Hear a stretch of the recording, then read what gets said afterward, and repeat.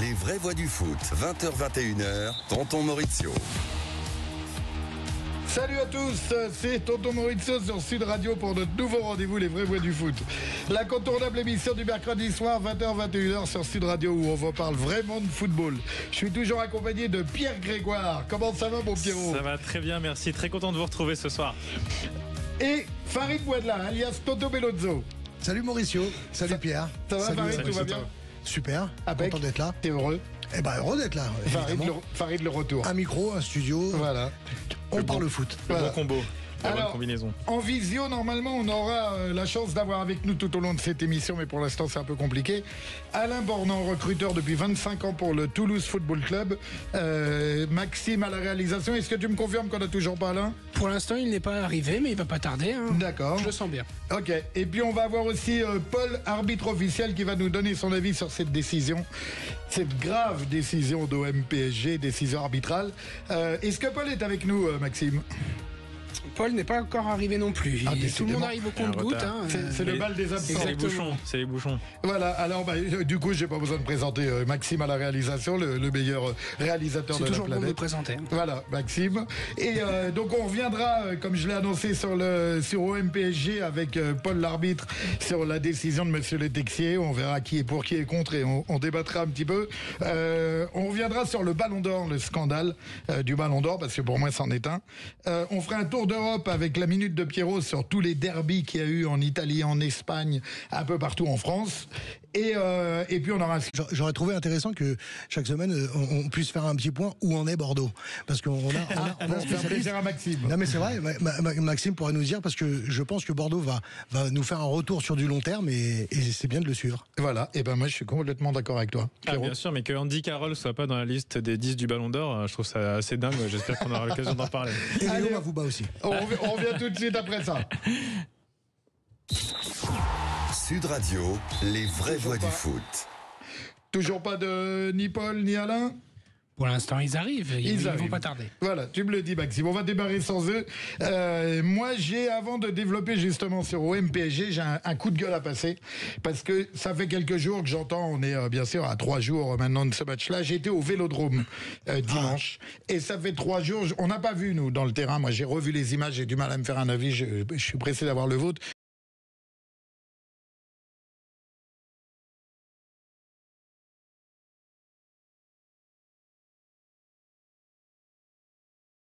Mais la décision de l'arbitre, j'ai entendu des confrères depuis 3 jours dire on peut pas arbitrer. Alors, je vais pas donner des noms, voilà, on n'est pas là pour ça, mais j'ai entendu des confrères dire oui, on n'arbitre pas un match de Ligue des Champions comme on arbitre un match de Coupe de France, de championnat. Enfin, je sais pas où ils ont appris le peu d'arbitrage qu'ils connaissent, parce que il y a un seul livre.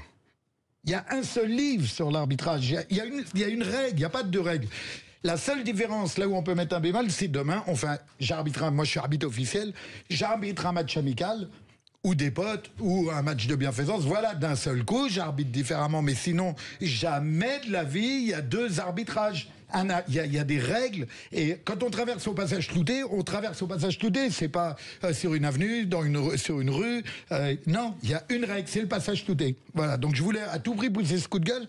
On donne des fausses infos aux gens, on donne des fausses infos aux enfants. Voilà, il faut respecter l'arbitre. Et voilà, c'était mon coup de gueule du jour. Donc maintenant, j'aimerais bien avoir le vôtre. On revient tout de suite sur OM-PSG. Farid. Pro OM, Farid. Je te balance direct. Voilà, tu me balances. Voilà. Je voulais jouer la neutralité, mais je vais pas pouvoir. Mais en tout cas, en ce qui concerne l'arbitrage, en tout cas, on est d'accord que peu importe le niveau auquel on arbitre, on doit avoir un degré de pédagogie, d'empathie, de pédagogie. C'est-à-dire que finalement, il y a la règle, mais il y a aussi le contexte. Non, une règle, c'est une règle. Oui, alors, la règle, c'est la règle. Si tu veux, on pourra y revenir justement sur la règle qui a posé vraiment problème, et la problématique et la polémique sur le carton rouge. J'ai pas dit qu'il y avait rouge, hein, attention. Hein. J'ai pas annoncé que l'arbitre avait raison. Hein. Oui, c'est plus sur le débat de savoir s'il y a une déclinaison. Ce que veut dire Maurizio, c'est plus le débat sur savoir s'il y a une déclinaison du code du règlement. En fait, non, il ne devrait pas y en avoir une. Il y a une application qui est faite, qu'elle soit au fin fond de la Turquie ou au fin fond en ligue régionale en France. Voilà. Il y a un règlement qui est pour tout le monde. Adresse-toi directement à mon avocat, monsieur Pierre. Je vous enverrai mes honoraires.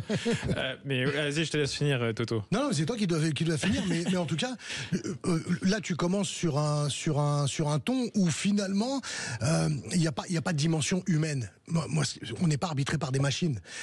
Une machine, elle fait fi constamment du contexte et des a priori ou d'une fibre purement sensible. Il y a un contexte dans un match.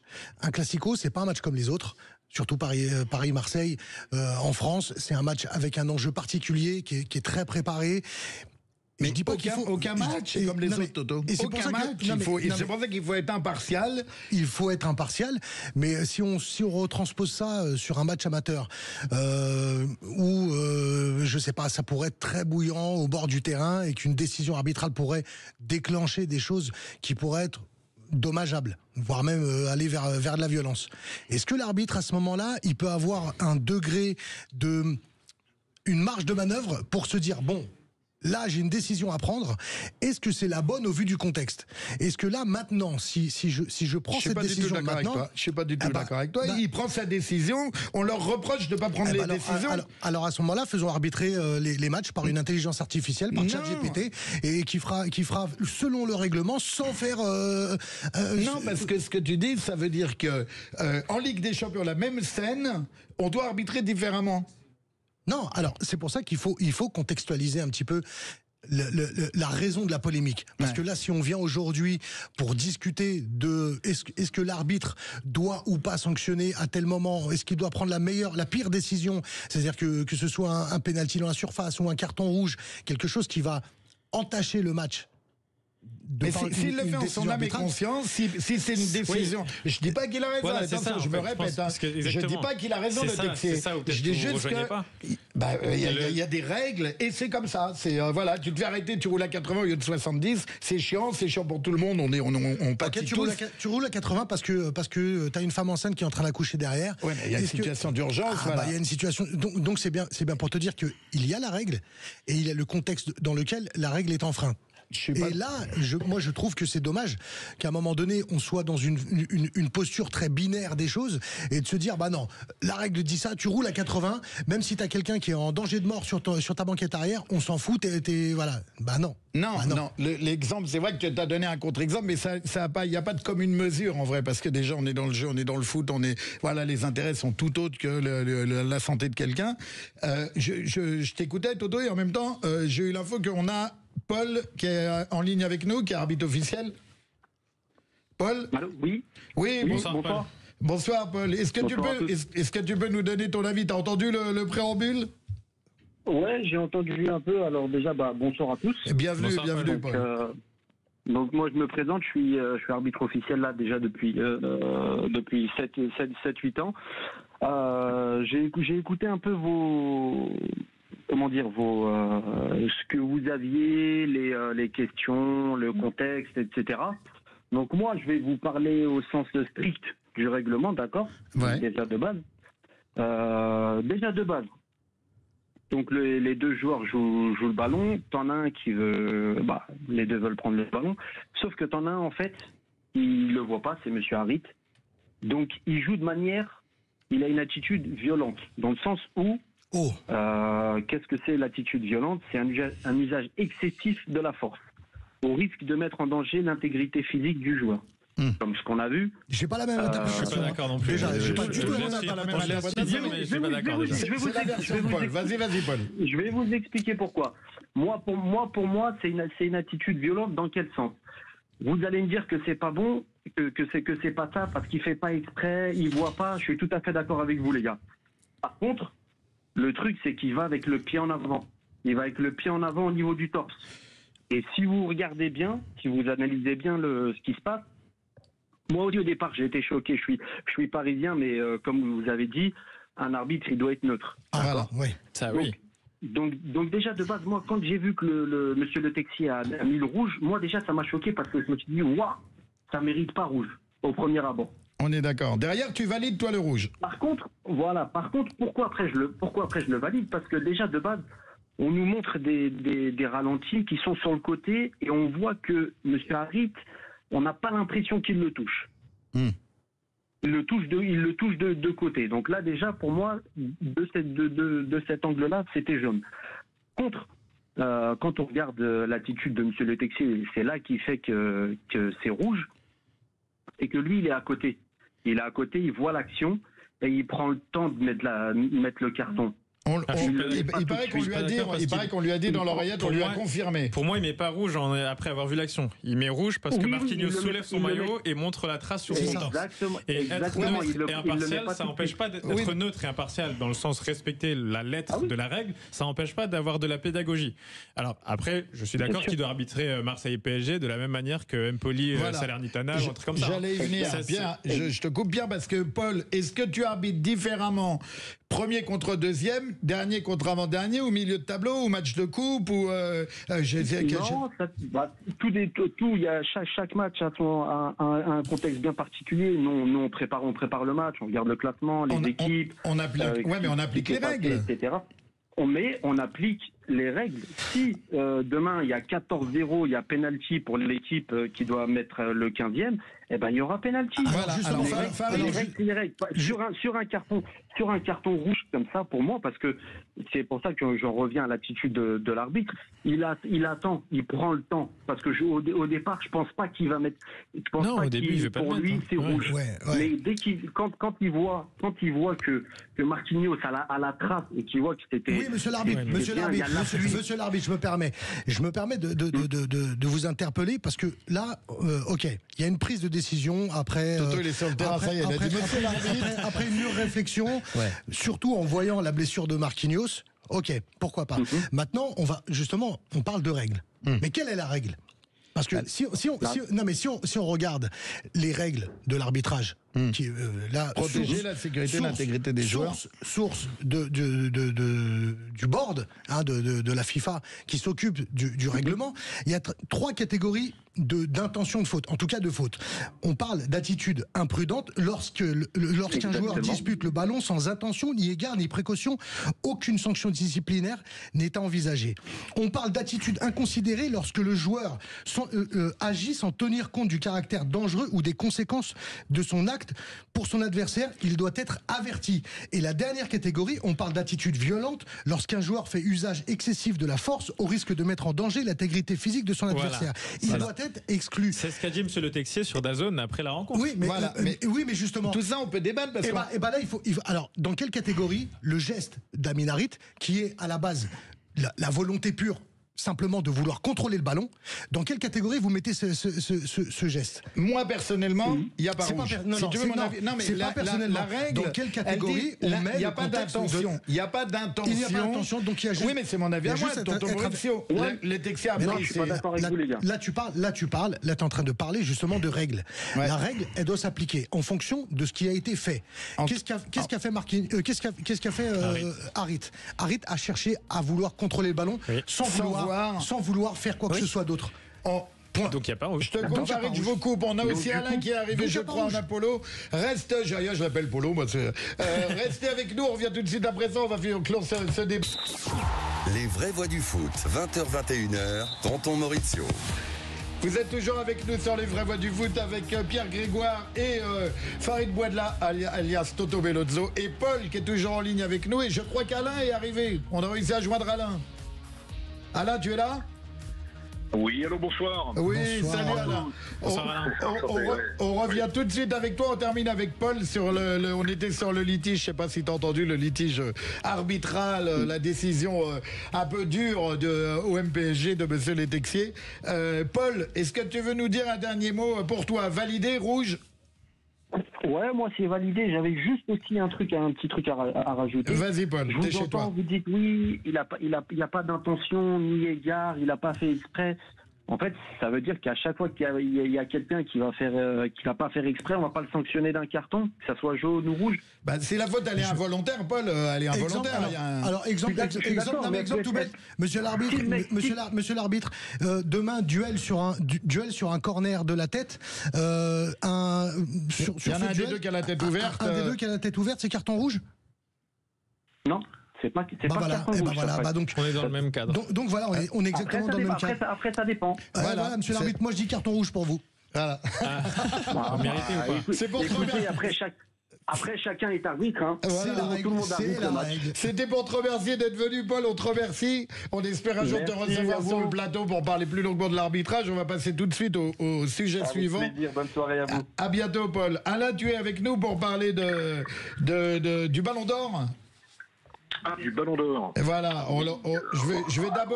alors Alain, je vais d'abord, avant de te présenter, je vais d'abord pousser mon coup de gueule parce que j'ai préparé un coup de gueule sur chaque rubrique. Oh là là, je pense qu'on a tous des choses à dire dessus. C'est honteux, parce que attention, à côté de moi, j'ai Farid qui est pro-Real. C'est honteux, je le dis UEFA, en l'attitude du Real de Madrid. C'est honteux. Alors, pourquoi c'est honteux ? Premier argument, je vous explique mon point de vue. Ils savent le midi que c'est Rodri et que c'est pas Vinicius ou Carvajal.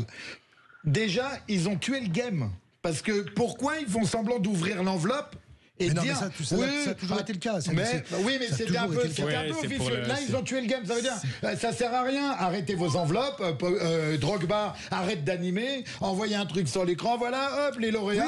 Oui, non, mais tu vois, le truc. Non, mais là, on rêve plus. On tue le rêve pour les gosses, on tue le rêve pour les gens. La cérémonie, en règle générale, le lauréat, le gagnant, le sait 3 semaines avant. Et ça a toujours été le cas. Et c'est la seule année officieusement où ça a été gardé le plus longtemps possible. Voilà, donc officieusement. Parce que officiellement, ils font semblant, l'autre fait semblant d'être élu, et pour moi, on est dans une mascarade. C'est pour la théâtralité. On est dans une mascarade. Maintenant, la contestation, et c'est pour ça que je voulais tout de suite pousser mon coup de gueule, la contestation que ça soit pas Vinicius, c'est un caca nerveux, c'est un truc de gosse, c'est des mômes, c'est le président du plus grand club d'Europe, parce que c'est le plus grand club, et peut-être même du monde, il a une attitude de gosse, c'est un enfant. L'image que ça renvoie, faut arrêter. Sur quoi ? Le Ballon d'Or, c'est pas... Le Ballon d'Or, ça il n'est pas Ballon d'Or, alors voilà. Le Ballon d'Or, il appartient pas au Real Madrid. Est-ce que faut peut-être rappeler aux gens du Real Madrid, s'ils nous écoutent, ce que j'espère, qu'en 2013, quand Cristiano Ronaldo a le Ballon d'Or à la place de Franck Ribéry, est-ce que le Bayern, ils ont boudé ?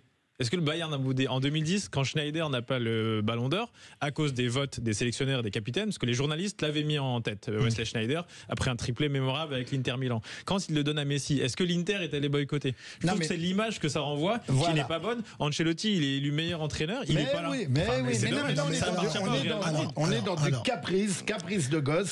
Et moi, le football, c'est du rêve, c'est le sport populaire. Et là, d'un seul coup, la popularité, elle s'arrête la net. On vient pas. C'est pas notre genre. Alors en plus, je suis 1000 fois d'accord avec eux. Dans un sens, je vais me faire mon propre avocat, c'est que c'est Carvajal qui devait avoir le Ballon d'Or. Parce qu'à son poste, c'est le meilleur joueur du monde à son poste. Ah non, sur les titres, sur l'attitude, sur le. Alors attends, non mais si tu veux déjà, je vais à titre personnel te répondre sur l'attitude. Supposée boudeuse, de gosse, juvénile, presque. Ce que tu es en train de nous dépeindre, c'est un portrait juvénile de Florentino Pérez et du Real Madrid. Ah oui. Absolument pas. En quoi, alors je vais vous poser la question, en quoi ça peut intéresser Florentino Pérez de venir à une cérémonie qui n'est pas issue d'une instance, hein, le Ballon d'Or, c'est organisé alors. Tifed cette année, c'est en partenariat avec l'UEFA, ce qui a dû jouer aussi dans la balance parce qu'il faut pas. Alors c'est ça qui me dégoûte, c'est politique en vrai. Alors attends, c'est que Florentino Pérez, en quel honneur et pourquoi il viendrait pour une cérémonie où il sait que le Ballon d'Or, parce que qu'on me parle des trophées annexes, hein, qui sont là pour étoffer un petit peu la cérémonie, de récompenser un petit peu tout le monde. Les entraîneurs, c'était peut-être la première saison où il y a un vrai trophée pour l'entraîneur et ainsi de suite. Rien que ça. Ce qui est important quand un président se déplace, et surtout Florentino Pérez, on l'a vu pour la remise du Ballon d'Or de Karim Benzema, c'est de venir quand son joueur de club a été récompensé. Dès l'instant où Florentino Pérez sait que c'est pas Vinicius, il n'y a pas de caca nerveux. Bah écoutez, parce qu'il y a le gratin. C'est le gratin. Il y a le gratin du football qui est là. Il y a le gratin du football. On a vu les anciennes gloires. Et je trouve que pour un jeune qui regarde la cérémonie, de voir les joueurs du Real, les voir. Quel président était présent? Président, je sais pas, je connais pas les visages. Je sais pas. Georges Weah, président du Libéria. Mais je demande pas socialement. Quel président du club était présent? Voir Dani Carvajal au théâtre. Laporta était présent hier soir. Comment? Laporta était présent hier soir. Exactement. Laporta. Ok. Laporta était présent. Hormis Laporta, on dirait que la cérémonie du Ballon d'Or, c'est la cérémonie qui réunit tous les présidents. Ils sont tous présents. Est-ce que le président de Manchester City était là? Pas les présidents. Donc, en train d'écarter le débat. Moi, j'ai annoncé qu'il a tué le game. Il a tué le game parce que maintenant, on sait clair et net que 3 semaines avant, ils le savent. Et donc, l'année prochaine, moi, alors, j'ai envie de dire 2 choses. C'est la première, on saura l'année prochaine qu'ils le savent 3 semaines avant. Donc, après, chaque club décidera, on n'y va pas. Et puis, il y aura quoi? Il y aura que le Real, si c'est le Real. Moi, je serais les instances du football, plus de Real. Plus de Real, une sanction, tu vois, une sanction. Vous n'avez pas voulu venir en 2024. Pourquoi? Parce qu'ils nous empêchent de rêver. Enfin, ils nous empêchent de rêver. Donc Florentino Pérez n'est pas là. Les joueurs du Real, qui montent sur scène. Et puis en termes de fair play, le pauvre Rodri, il a rien demandé, lui. C'est l'inverse du foot. Les années où Messi l'a eu, Cristiano n'était pas toujours présent. Les années où Cristiano l'a eu, Messi n'était pas aux présent. Là, on parle d'un président du plus grand club du monde. Qui empêche sa délégation d'y aller. Qu'est-ce qu'il envoie aux enfants? Quel message il envoie au monde? Après, il faut, voilà, on va recouper sur l'information de cette forme inédite de partenariat avec les instances du football européen qui justement sont en guerre. C'est une guerre froide entre l'UEFA et le Real Madrid, et plus particulièrement, on va incarner ça entre Florentino Pérez et Alexander Ceferin. Il y a une vraie mésentente. Pour avoir un mot un peu tempéré. Bien évidemment que Florentino Pérez ne se déplacera pas et empêchera sa délégation dans le cadre où déjà le Ballon d'Or n'est pas attribué à son joueur. C'est pas comme si Vinicius était en balance avec un autre joueur. Je le dis à titre personnel. Ce Ballon d'Or aurait dû revenir à Vinicius. Ça, oui, pour une fois, on est d'accord. Oui, c'est très subjectif. Donc, dès l'instant où il y a ce sentiment de pas être récompensé à sa juste valeur, d'être en partenariat avec une instance avec laquelle on s'entend pas du tout, je comprends que Florentino Pérez prenne cette décision. Donc, parce que c'est une instance, le Real Madrid, c'est pas n'importe qui. Donc, si un de ses joueurs ne l'a pas, il viendra voilà, et puis le Barça, ils feront pareil, puis Paris feront pareil, et puis voilà. On va donner la parole à Alain avant de faire une petite pause. Alain, qu'est-ce que tu penses de tout ça? Oui, bonsoir. Alain Bornand, bienvenue avec nous. Bienvenue Alain. Enchanté, merci. Juste par rapport à votre première petite rubrique concernant la faute d'Amin Harit, moi j'ai écouté tout ce que vous disiez. Je pense qu'il serait de bon ton, sur le plan du football amateur comme du football professionnel, de remettre un petit peu la loi 12 des lois du jeu dans le registre des lois du jeu. La loi 12 qui parle de fautes et incorrections, parce qu'on voit vraiment des fautes. Alors je ne parle pas de celle-ci en particulier, mais on voit vraiment des fautes, des jeux dangereux très graves sur les terrains. Et je pense que rappeler aux joueurs et leur montrer que ce qui se fait quelquefois, c'est pas ce qu'il faut faire, quoi, tout simplement. Et je pense qu'ils méconnaissent les lois du jeu et les fautes et incorrections, notamment la loi 12. Ok, voilà, je te coupe juste quelques instants, on va revenir après ça, on te garde avec nous et tu vas nous dire la fin dans quelques instants. À tout de suite, restez avec nous, Alain Bornand va nous donner une leçon de recrutage. Les vraies voix du foot, 20h-21h, Tonton Maurizio. Vous êtes toujours avec nous sur les vraies voix du foot avec Pierre Grégoire, Max à la réalisation, Farid Bouadla à côté de moi et en invité on a Alain Bornand qu'on a très peu laissé parler. Je redonne la parole tout de suite. Tu étais parti sur tu nous as fait un petit retour de ton avis sur l'OM et maintenant est-ce que tu peux nous donner ton avis sur l'attitude déplorable du Real de Madrid? Alors malheureusement oui, au risque de vous décevoir, j'ai pas suivi du tout le Ballon d'Or. Ouais. T'es au courant un peu? J'ai juste eu l'information, oui, ouais. J'ai eu l'information, mais j'ai pas suivi la cérémonie du tout. Donc je serais pas très bien placé pour en parler objectivement, on va dire. Voilà. D'accord, mais sur le football, le rectangle vert, Vinicius, on est d'accord qu'il le méritait. Alors je dis pas que Rodri était une escroquerie. Faut expliquer aux auditeurs que dans un des paramètres qui peuvent attribuer le ballon d'or, il y a quand même l'attitude, et c'est vrai que Vinicius, c'est une bombe atomique, il va plus vite à la fin des matchs qu'au début. C'est un joueur exceptionnel, mais l'attitude, tout le monde souligne ça. Je suis d'accord, l'attitude, je trouve quand même qu'il faut relativiser, parce que de ce que les gens voient, déjà, je pense que tout le monde ne regarde pas les matchs de Vinicius, malheureusement, parce que c'est un très très grand joueur. Ouais. L'attitude, si c'est juste haranguer le public et faire des dribbles, mais contester les décisions. Mais j'entends beaucoup depuis la nomination, j'entends beaucoup Rodri, ça me choque pas, c'est parce que Rodri c'est le football. Mais ça veut dire quoi ça? Ça veut dire quoi? Ça veut dire Vini c'est pas le football? Je pense que les gens ils devraient regarder un peu les confrontations. Ça serait pas un joueur de foot alors. Et Maradona. Exactement. Pour qui c'est l'anniversaire aujourd'hui, je le rappelle, 64 ans. On l'embrasse. Je pense que le match contre le Borussia Dortmund là était un peu tardif parce que c'était déjà joué en gros pour le Ballon d'Or, le match de Ligue des Champions où Vinicius a claqué un triplé. Mais je les invite quand même à revoir les doubles confrontations contre City les fois d'avant ou même l'année dernière en Ligue des Champions aussi. Vinicius, c'est quand même une ode au football, je trouve. Aujourd'hui, ça serait pas délirant de dire que Vinicius est le meilleur joueur du monde. Au même titre, alors j'espère qu'il en aura un jour parce que Erling Haaland, j'entends beaucoup de gens qui disent c'est un robot, c'est même un taureau qui court dans tous les sens. Mais je trouve quand il y a un ballon qui traîne dans la surface, il se plante jamais. Son but contre le Sparta Prague en Ligue des Champions, il regarde même pas le but. Exactement. Il a fait le tour du monde. Je pense que ce sont des joueurs qui marquent. Et Vinicius, désolé, c'est un joueur qui marque. J'adore Rodri, qui est un joueur collectivement incroyable. Mais je trouve que les arguments ne sont pas recevables de dire que Rodri méritait beaucoup plus que Vinicius Junior. Personne n'a dit ça. On n'a pas dit ça. Attention. Personne n'a critiqué. Depuis... Non, on n'a pas critiqué Vinicius. Moi, j'ai juste annoncé Carbaral. Pour moi, c'était peut-être. C'est pareil. Ça, j'ai plus de mal. J'ai voulu me faire l'avocat du diable. Je suis content que Pierre justement relativise un petit peu ce qu'est réellement. Mais Pierre, c'est le meilleur. Vinicius. Non, mais je suis assez d'accord. Il a du Rodri dans son jeu, mais il mérite le ballon d'or, le micro d'or.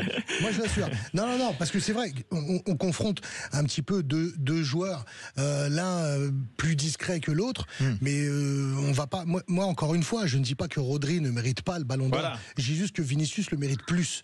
C'est-à-dire qu'à un moment donné, si on parle football, on a affaire à un cas. Quand on décerne une récompense comme le ballon d'or, c'est une façon de dire c'est le meilleur joueur du monde à l'heure actuelle. Je ne suis pas persuadé, je suis même convaincu que Rodri, malgré que ce soit un très bon joueur, il n'est pas le meilleur joueur actuel en activité sur la saison dernière. Vinicius a crevé l'écran. Vinicius a eu un impact incroyable sur son équipe, alors peut-être un peu moins en équipe nationale.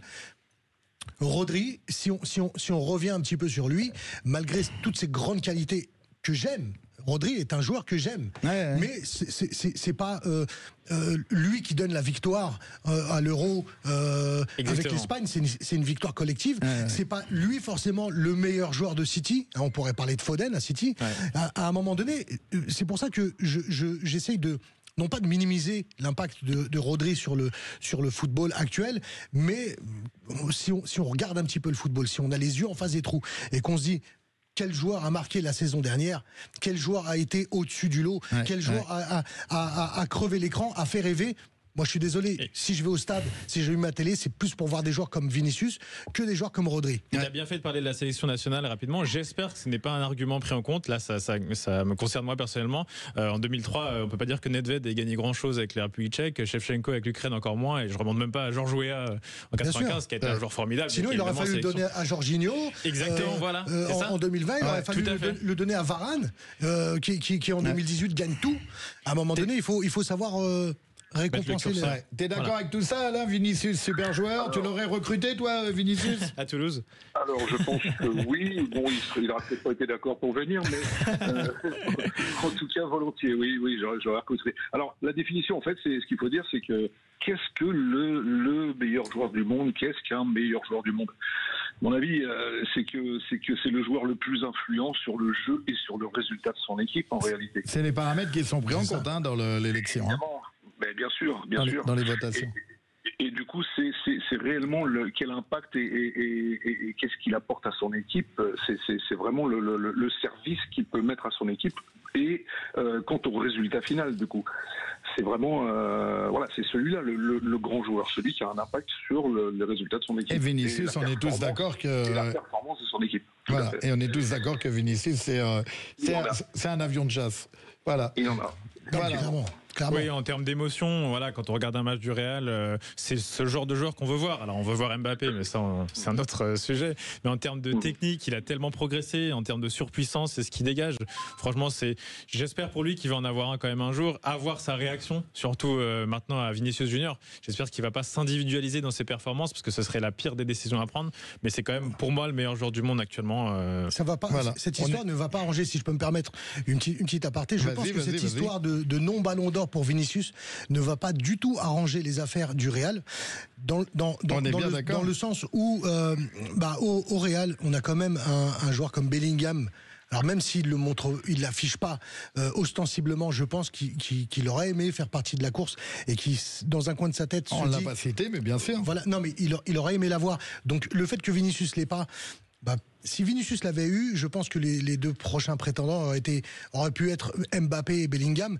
Aujourd'hui, on va avoir encore 3 prétendants qui vont vouloir l'avoir. Ouais. Alors, encore plus entre Mbappé et Vinicius, et ça risque peut-être de poser problème. Ouais. Vinicius omnibulé par le fait de l'avoir, et Mbappé qui, je pense, ça va rajouter, rajouter du grain à moudre pour Ancelotti. Du piquant. Alors moi, je peux aussi, pour clôturer le sujet, vous dire que moi, je suis anti Ballon d'Or. Voilà, parce que le football, c'est un sport collectif et on sort un joueur qui serait rien s'il n'y avait pas le collectif. Donc c'est un long débat. J'ai pas voulu l'ouvrir, je voulais juste vous donner mon avis. Un Ballon d'Or collectif. Alors, voilà, on va faire un Ballon d'Or. Il faudrait faire un Ballon d'Or par poste. Tu vois, ça serait plus logique. C'est les trophées, les Ballons d'Or collectifs, c'est les récompenses collectives. Elles sont faites au travers des tournois, des compétitions. Et s'il y a, pourquoi pas, le couronnement. Mais ça, c'est l'historique qui veut ça. Hein. C'est depuis 1956 qu'on a créé le Ballon d'Or.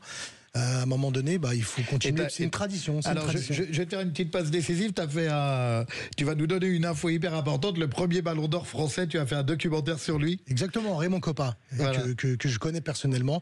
J'ai eu son Ballon d'Or entre les mains et c'est un honneur. Et grâce à Farid, j'ai rencontré Madame Coppa et sa fille qui étaient des gens des dames extraordinaires. Et j'ai pas eu la chance de rencontrer Raymond, mais voilà, c'est une autre époque. Voilà, mes premiers Ballons d'Or français. Voilà, on a tendance à l'oublier. On va passer on va faire un tour d'Europe. Alain, t'es toujours avec nous? 1958. C'est là. Voilà. Il est bon. Ah ouais. Le compte est bon. Je me suis trompé, j'ai dit 56. Voilà, ça y est, ça part en info. On est pointilleux. Tout le monde a des gilets pare-balles. Tu nous fais un tour d'Europe, la minute de Pierrot, avec tous les derbys qui se sont joués en Espagne, en France, en Italie. Allez. Très rapidement, c'était un week-end très chargé. On peut commencer par ça, la belle victoire du Napoli hier soir sur la pelouse du Milan AC, d'un Milan AC faiblard, à l'image de Mike Maignan. Alors on sait qu'on l'adore ici. Mike Maignan, il n'a pas été très bon hier, mais pas aidé par sa défense notamment. Lukaku surpuissant notamment sur son premier but.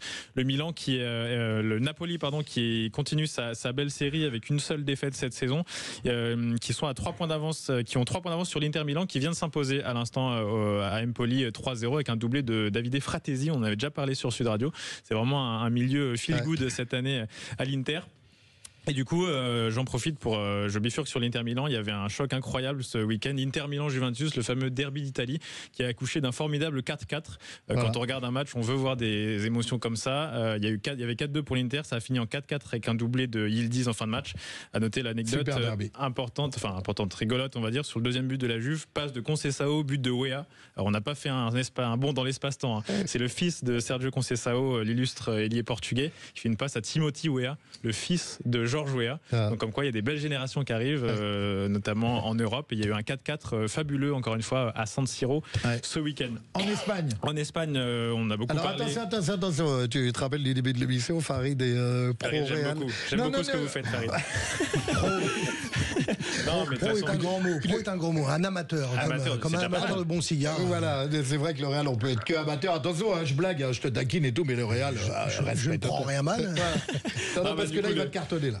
Non, mais du coup, il va remettre le couteau dans la plaie. Malheureusement, c'était pas une bonne publicité pour le Real et pour Vinicius, mais évidemment, ça n'a eu aucun impact sur le Ballon d'Or. La défaite qu'on ne présente plus, j'allais dire, du Real face au Barça 4-0. Le Barça qui a donné une véritable leçon de football. 4-0 à Bernabéu. Je me souviens d'un 5-2 il y a quelques années, 6-2 pardon, avec Thierry Henry notamment. Ronaldinho aussi était venu faire le show et puis la Manita. À Bernabéu, et la Manita, ça c'était au Camp Nou de mémoire, mais là il y avait vraiment une leçon de football, quoique Lewandowski avait ouvert le score un peu contre le cours du jeu. Et je pense que ce dont on a beaucoup parlé, vous êtes d'accord sûrement avec moi, c'est le fiasco Mbappé.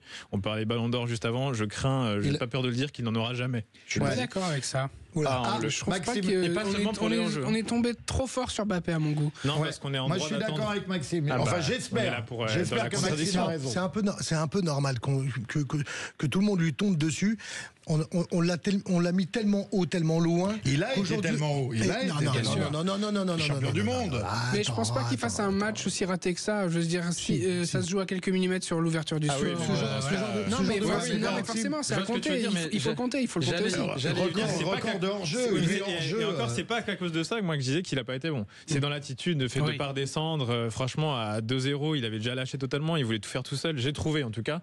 Et moi, c'est pas du tout ce genre de joueur que je veux voir quand je regarde un classico, enfin n'importe quel match de foot, mais encore moins un classico. Et comme a dit Farid, on est en droit d'attendre des standards bien plus élevés. Donc je pense que c'est pas anodin que déjà on sait que les Espagnols sont beaucoup plus critiques que nous, mais là je me suis trouvé critique, je l'ai beaucoup défendu et là je suis assez critique envers lui parce que malheureusement on garde déjà ça de sa première saison au Real Madrid. Real Barça, ce n'est pas un match de Liga, c'est un match de Ligue des Champions. Et le ratio dans ce type de match, c'est un ratio, sur les débuts de Lewandowski, les débuts du match, parce qu'il est un peu vendangé par la suite. Il faut avoir un ratio largement au-dessus de la moyenne dans ce type de match. Et c'est dans ce type de match qu'on attend Mbappé. Pour montrer donc t'alimentes cette prétendue ultra longueur d'avance qu'il a sur la planète football. Moi, je suis désolé, dans un match comme celui-là, il n'avait pas le droit d'avoir un ratio aussi négatif. C'est pas aussi négatif. Après, il est proche de zéro. Il faudra peut-être comparer aussi avec les premiers Real Barça de Ronaldo, de Benzema. Bien sûr. On va encore laisser sa chance au produit. On disait qu'ils étaient timorés au même titre. Ils n'ont pas eu de passe droit non plus. J'espère qu'il va. Il réussit. Pour moi, il est annulé à cause du hors-jeu, mais il réussit à marquer sur une de ses premières actions. Et pour les hors-jeux, pour le cas des hors-jeux, je pense qu'il faut féliciter aussi la défense du Barça. Ah oui. C'est ça qui revient en marchant. Ça dépend comment tu te positionnes. Termine-nous les derbys, s'il te plaît. On aimerait en parler des heures. L'Angleterre et la France. Oui, donc juste le Barça est en tête de la Liga avec 6 points d'avance sur le Real déjà, en plus de faire une campagne européenne assez formidable. En Angleterre, il y a eu un kiff aussi absolu. Décidément, il y en a eu beaucoup ce week-end. Il y avait le choc en haut du tableau entre Arsenal et Liverpool, qui a lui aussi accouché d'un 2 partout. Je voudrais féliciter Arsenal pour leur faculté à exploiter les coups de pied arrêtés. On pourrait en faire aussi un long débat parce qu'ils ont vraiment des préparateurs vraiment dédiés pour ça. Ils mettent le deuxième but sur une tête de Mikel Merino, l'Espagnol. Liverpool revient à 2 partout. Mais je trouve qu'Arsenal cette année, je l'ai déjà dit ici sur cette radio, j'aimerais qu'il remporte un titre. Il y a eu un beau 2-2. Avec mon pote William. Exactement, un beau spectacle. C'est encore dommage quand même. De se faire rejoindre, c'est bête, c'est assez bête, surtout qu'ils avaient emballé le match très tôt avec un Bukayo Saka des grands soirs. Ils se font rejoindre, mais voilà, Arsenal est plus très loin. Info importante en Angleterre, le coach de Manchester a été lourdé. Enfin, Eric Tenak. Je suis pas spécialement pro Manchester United, même si j'ai grandi avec les grandes années de Ferguson. Il flash, Pierre, ça y est, il flash. C'est une info importante. Les auditeurs de Sud Radio aiment ce genre d'infos. Eric Tenak donc a été viré. Manchester, nouvelle défaite à West Ham dans les arrêts de jeu ce week-end. Une de plus, Manchester 14e du championnat à la dérive et Eric Ten Hag qui sera replacé par Ruben Amorim, l'entraîneur portugais du Sporting Portugal, qui a montré beaucoup de choses, beaucoup de belles choses. Un ancien joueur assez lambda dans le championnat portugais, Ruben Amorim, et qui arrive, on va voir si le costume lui va, parce qu'il y a beaucoup de pain sur la planche pour Manchester United. Super important. Termine sur la France rapidement. Ouais, sur la France, on peut pas faire.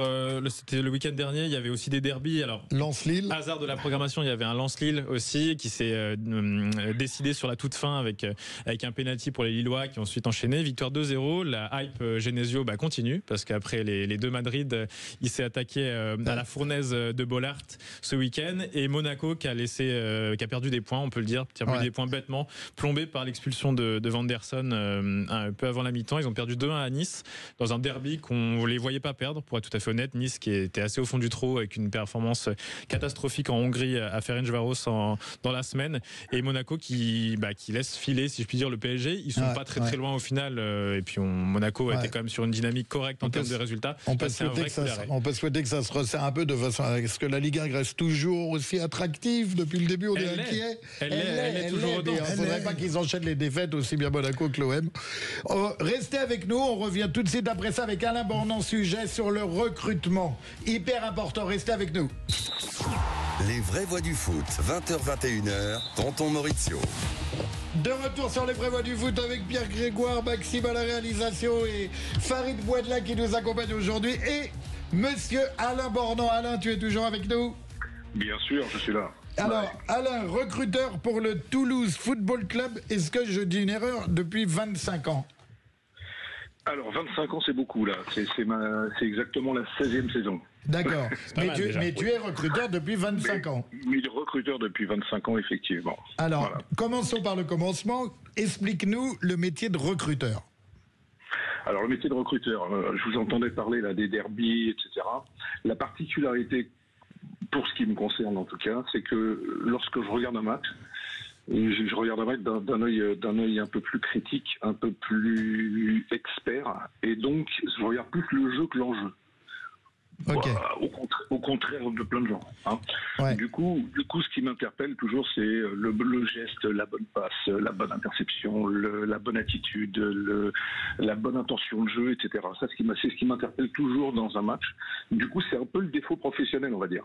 Hein. C'est parce que moi, je me fie vraiment à ce qu'on attend dans le milieu professionnel. J'ai le même en tant qu'éducateur, je te coupe 2 secondes, j'ai le même en tant qu'éducateur, je regarde plus un match depuis que j'ai été diplômé, et je regarde plus un match de la même façon. Tu regardes les choix tactiques, les déplacements sans ballon, tu regardes le match différemment. Voilà, j'ai ça d'aparté. Continue Alain, parle-nous de ton métier. Tout à fait. Donc le métier, c'est en fait, moi je pense qu'il faut connaître le football de haut niveau pour faire du recrutement pour un club à vocation professionnelle et qui fait de la formation. Ouais.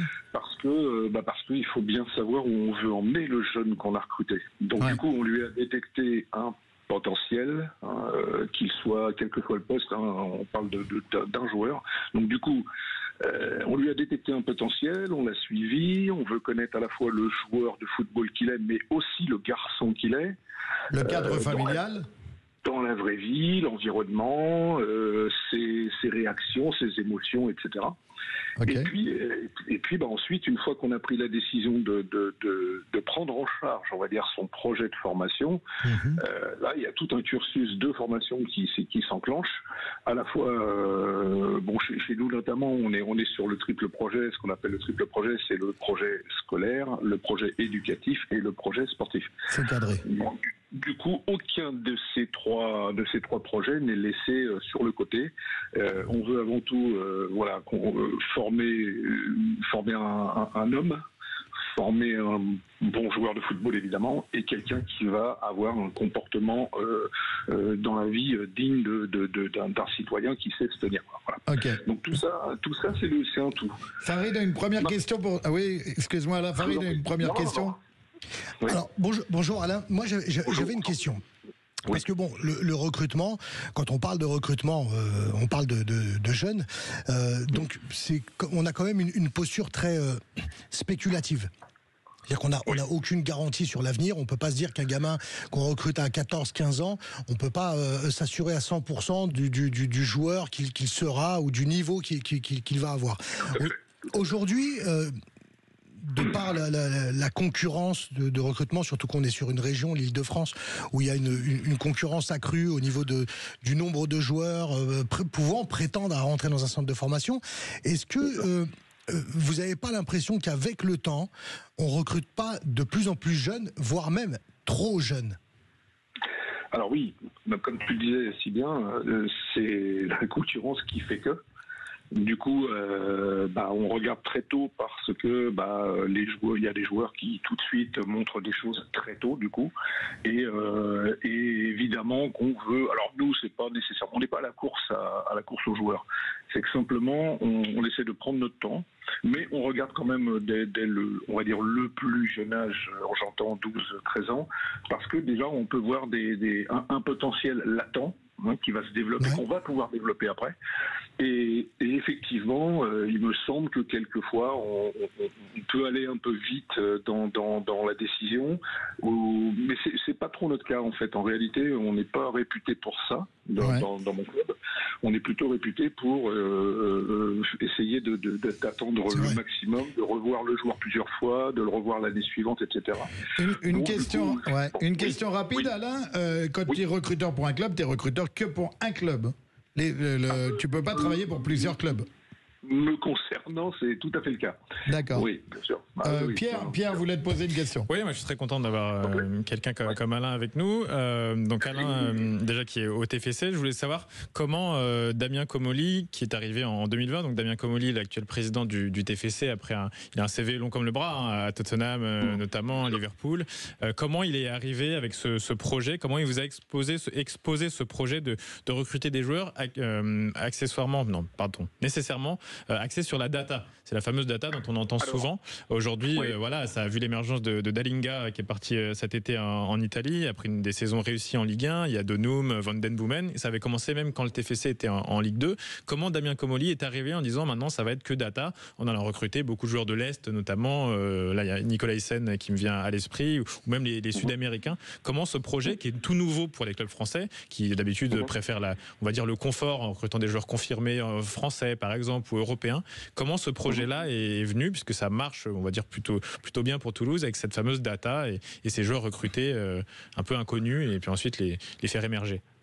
Je pense que c'est un process concernant uniquement l'équipe professionnelle, c'est-à-dire que ça nous a été présenté comme ça. Nous, on n'est pas du tout dans ce registre au niveau des plus jeunes, parce qu'on les voit sur le terrain et on les voit autrement que par les stats.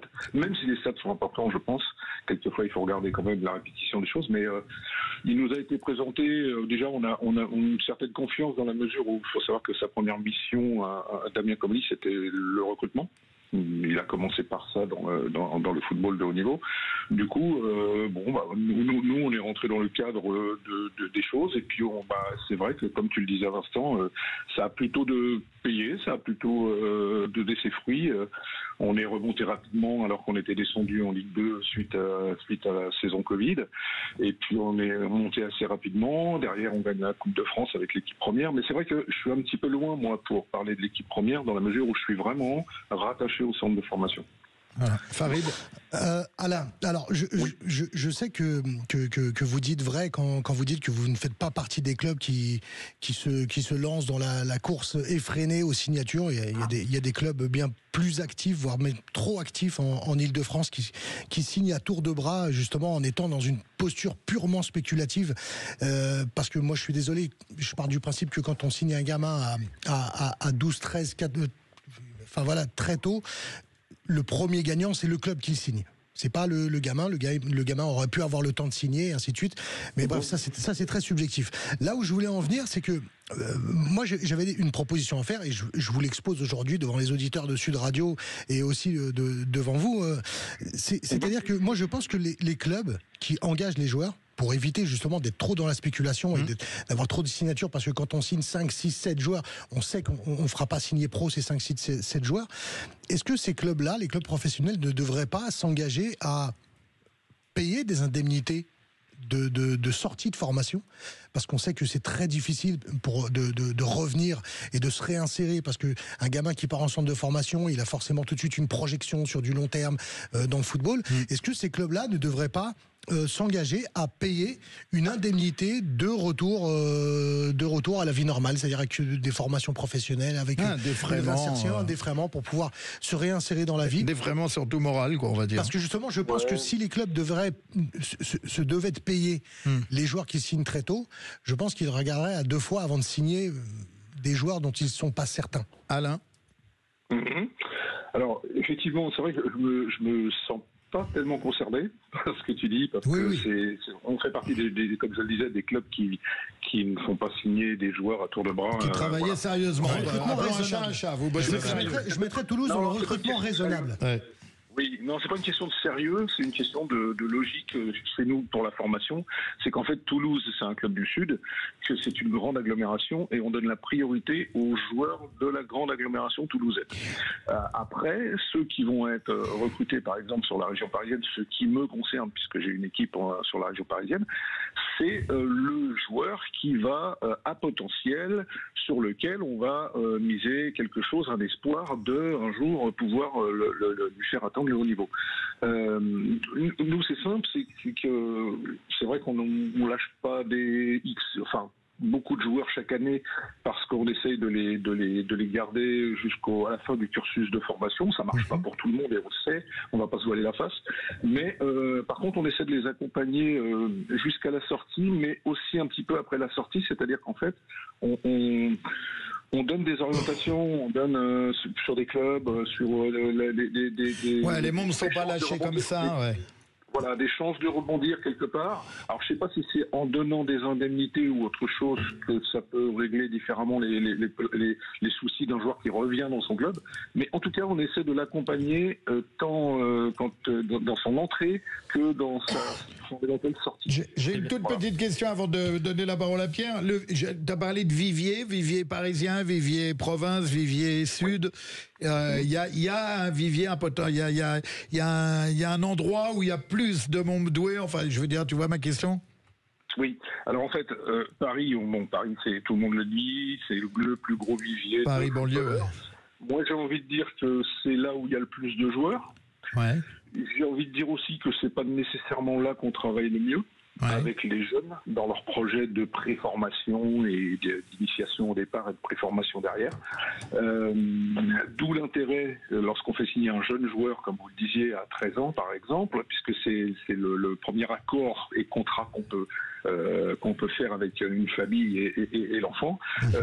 Nous, le but, c'est de le faire entrer dans un pôle espoir, quel qu'il soit, hein, ça peut être Clairefontaine ou ailleurs, et que pendant 2 ans, il puisse s'entraîner dans des conditions optimales avant que de rejoindre le centre de formation à l'âge de 15 ans. Pour le contrat aspirant qui suit, etc. Ok. Pierre, une dernière question. C'est juste une petite, c'est plus une info parce que Toulouse est un club bien ancré de Ligue 1 maintenant. C'est intéressant de noter que l'entraîneur Carlos Martinez Novel, qui est espagnol, qui est là depuis 2023. Avant, il n'avait jamais entraîné en A. Il a fait il est beaucoup passé par les classes de jeunes, notamment dans les 2 clubs de Barcelone, l'Espagnol et le FC Barcelone pendant près de plus de 20 ans. Formateur. Et c'est important, formateur exactement. J'insiste sur le côté formateur et que c'est bien qu'on lui ait donné sa chance puisque ça aide les jeunes recrutés ou les jeunes formés à se développer sans pression. Alain malheureusement. Ouais, merci Alain Bornand, merci d'avoir été avec nous. Malheureusement, on est pris par le temps, c'est toujours trop court, 1 heure. Donc merci à Farid Bouadla d'avoir été avec moi, mon pote Farid, merci Pierrot, merci Toto, merci Max, merci Alain Bornand, merci à tous les auditeurs qui nous suivent, qui sont de plus en plus nombreux. Merci. On est obligé de se quitter. Triste, mercredi prochain, je crois que... Ça sera Cécile de Minibus en direct du Salon Rent la semaine prochaine. Voilà, je crois qu'il n'y a pas d'émission la semaine prochaine, donc on se retrouve dans 15 jours avec les vraies voix du foot. Merci à vous et un coucou aussi à notre partenaire butfootballclub.fr. Oui. Voilà. Et merci à Maxime. Et une pensée à Diego ou pas? Et une pensée pour Diego Maradona qui aurait eu 64 ans aujourd'hui. Vous faites exprès. Hein. Allez, salut à tous, à bientôt. Bonne soirée. Sud Radio. Parlons vrai. Sud Radio. Parlons vrai. Sud Radio. Parlons vrai.